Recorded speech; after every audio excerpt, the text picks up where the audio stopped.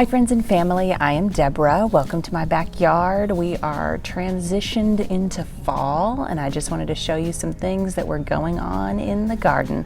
So let's take a look around.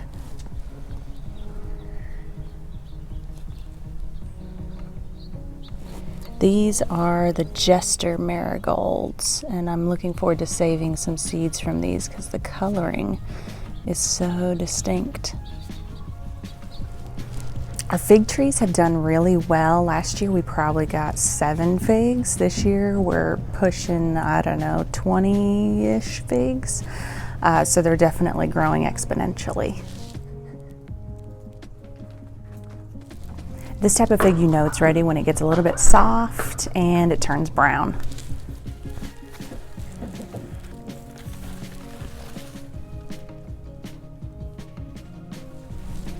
At the start of our fall garden, we like to use these clear Rubbermaid totes to kind of create a greenhouse and get them to be a little bit warmer so that they sprout. And then towards our first frost, we use them as protection so that the plants can grow a little bit longer. And we've really only started seeds of things that are frost hardy, like carrots and kales, things like that. Rutabagas, so we'll see what those sprouts look like. And I also got some broccoli starts because fresh broccoli from the garden is just perfect. These are the broccoli starts, and then we have some other frost hardy greens starting. I had cleared out this bed and the nasturtiums are coming back. They are not frost hardy, so they will die if the first frost comes. This is our Vulcan Swiss chard from the springtime. It's still going. Look, a tomato fell in here and it sprouted. So we'll see how long those last. They won't make it through the cold. We have a little bit of lettuce. And truly, it looks like some animal came and ate my other lettuce. That's okay. Got a few things started here. Once it gets cold, we'll put the totes down over the top of each of these spaces. Adelaide's got her doll that my grandmother made, her great-grandmother made.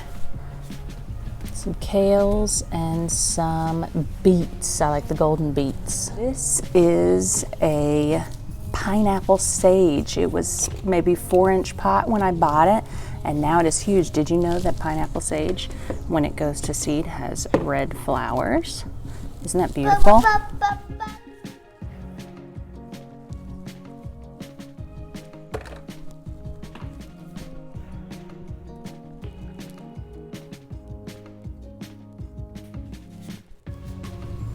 My citronella plant has gotten so big. I love the smell of citronella, kind of lemony.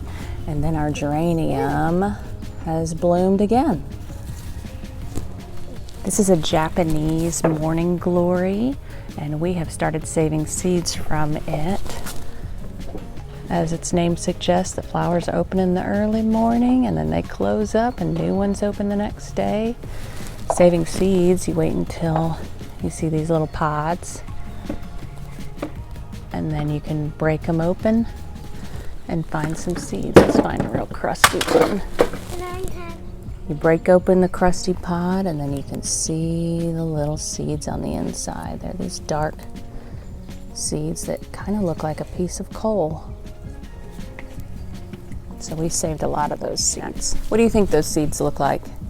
They look like chocolate chips. Yeah, they look like chocolate chips. Our Golden Opportunity Climbing Rose has done very well this year. Really, I didn't know it was going to bloom, and look how pretty. It has little kind of red speckles on it. That's probably one of the parent plants coming through. But when they first bloom, they're very orange, and then they kind of mellow out like this. And they smell so good. This is a volunteer black-eyed Susan vine. The snapdragons are blooming for a second time, and I will thin those out and probably move some of the plants somewhere else. So I haven't been online for a while, and that's because we had a baby in September. So the garden has kind of gone a little bit wild because I've been busy growing children, and she's inside napping right now. But it's kind of fun to see what the garden is doing on its own without a lot of care. check out these zinnias. The zinnias have taken over, and look, we actually have a zinnia that is taller than the fence. Probably 6.5 feet tall.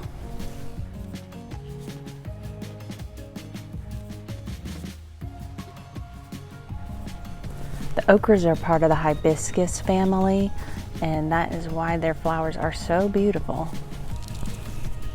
Look at this beautiful volunteer orange zinnia. It's so pretty with the backdrop of the orange marigolds. This eggplant is putting out a flower as well. Look how pretty.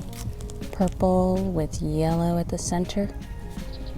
And the petals are like almost connected.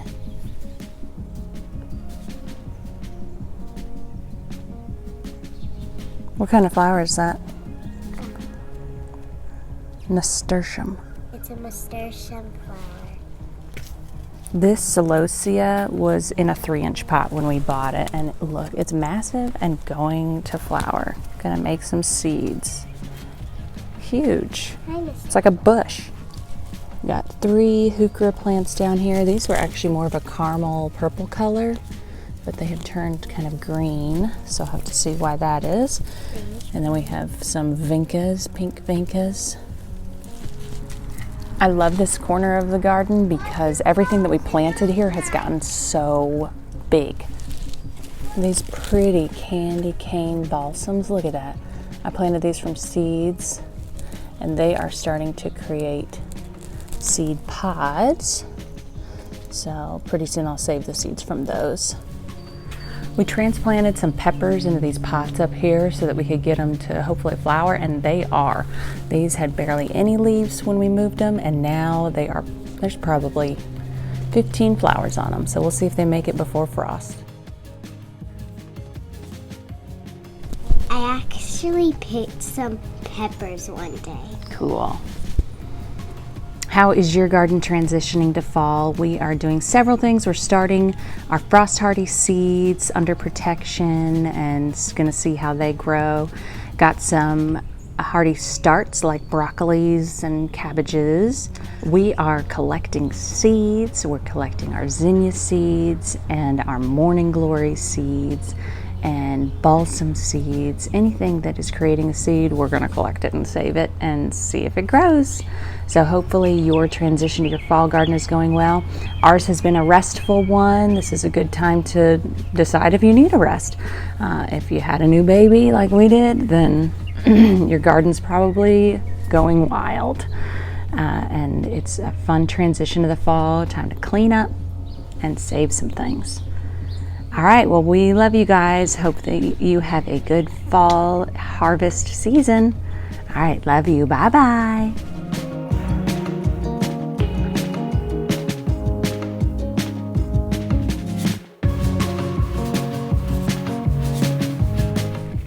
We started some violas and pansies in pots so that we can protect them well. They are frost hardy, and we'll see if they make it to flower.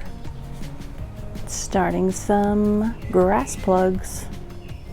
This was our sweet potato harvest this year, and it is probably 15 pounds.